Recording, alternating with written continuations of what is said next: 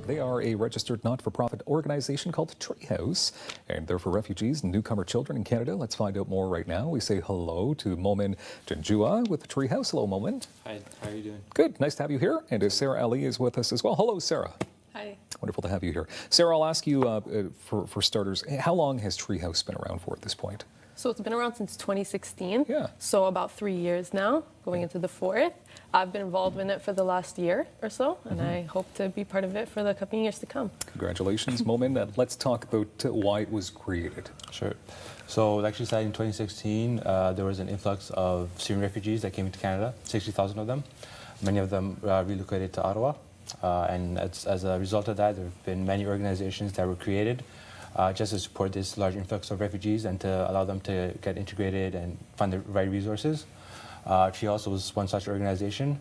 The difference between our model and other models is that we work on a more local level, we work on a personal level, and we talk to families daily on a day-to-day basis, and we try to make sure that they have all the resources they need. That's good. Yeah. So, Sarah, then, what is the status right now when it comes to refugees here in Ottawa? So since 2015, I think approximately 60,000 refugees were taken into the country.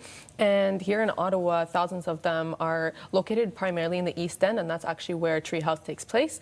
And so right now, they've come a long way from those years, and they've been improving in their school. The children have learned English now, and and programs not just like Treehouse, but all around the city have played an important role in that and helping the children acclimate to Canadian society. Okay, and you are on Donald Street, correct? Yeah, 1244 Donald Street. It's a building there. So, Momin, let's talk about exactly what you do. What happens at Treehouse to help with the refugees? Sure. So each session takes place one time a week. It's 2 hours long. The first hour we'll do some sort of academic. We'll do an English activity or a math activity. A lot of the kids, because they've had to really uproot their lives, they lose several years of their education. So they might be in grade 5, but they might have the math skills of someone who's in grade 2. So our programs are really designed to up their education and really bridge that gap. And then during the second hour of the portion, we'll have some sort of activity where it's team building, communication, where the kids will work together to build a structure or play sports or an activity. So it sounds like learning, but fun yes. stuff. Okay, and Sarah, who helps out with this? Because you must have some pretty smart people helping out the kids. Yeah, so we have over 20 volunteers now, and 6 of them are executives. And our team is always growing, and we're always looking for volunteers to kind of join our team. And they're involved in, we have some who are specifically for creativity, so they'll come up with different kinds of activities that we can do with the kids, and then some that are more dedicated towards academics, so developing lesson plans for the kids and things like that. Okay, so how does somebody volunteer then?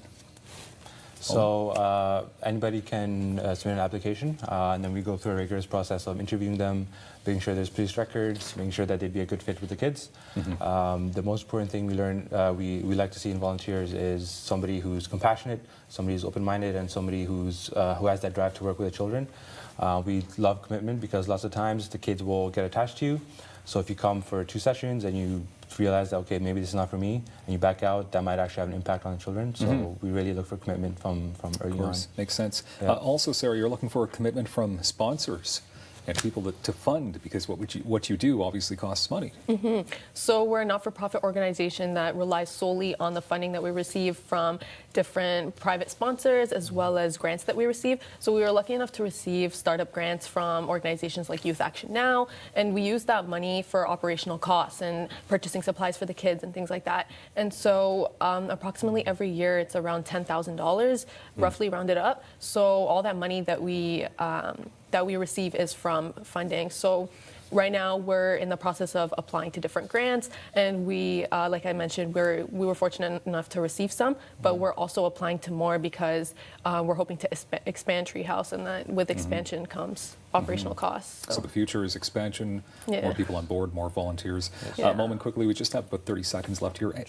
So you meet once a week, and when does this happen? It happens every Sunday, 1244 Donald in a community room in the basement. We have about 60 children who come. Apart from that, we're also launching programs to support parents, so to help with their resume building, finding jobs, finding apartments, and moving, and we really just want to expand our operations. Great organization, great work. Momin and Sarah, thank you very much. And Treehouse. Thanks so much for having us. And thank you for being here as always.